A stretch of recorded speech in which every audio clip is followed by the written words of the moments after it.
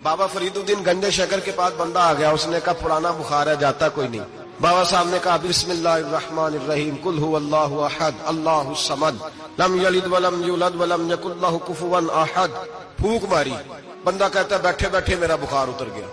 اس نے گاؤں جا کے اعلان کر دیا جس کا نہیں اترتا سارے ہی آ جاؤ، رش ہو گیا، پھونکیں بڑی نکلی، شفا کوئی نہیں۔ لوگوں نے پکڑ کے پھینٹی لگائی، وہ بابا صاحب کے پاس آ گیا، کہنے لگا سورۃ اخلاص دو ہیں کہ ایک ہی ہے؟ بابا صاحب کہنے لگے بیٹے ایک ہی ہے۔ کہا حضرت جی آپ پھونک مارے تو بیٹھے بیٹھے بخار اتر جائے، میں نے 100 دفعہ پڑھی ہے، 100 پھونکیں ماری ہیں، ایک کا بھی نہیں نکلا۔ آپ فرمانے لگے سورۃ اخلاص ایک ہی ہے، پر منہ بھی تو فریدالدین کا چاہیے نا۔ فرمایا مجھے اللہ تبارک و تعالیٰ نے توفیق دی ہے، میں نے کبھی غیبت نہیں کی، میں نے کبھی جھوٹ نہیں بولا، میں نے کبھی حرام نہیں کھایا، میں نے کبھی اپنی زبان سے کسی کا دل نہیں دکھایا۔ فرمایا میں نے اس زبان میں طاقت پیدا کی ہے، پھر جب قرآن کا نور آیا ہے تو اللہ نے تاثیر بنا دی ہے۔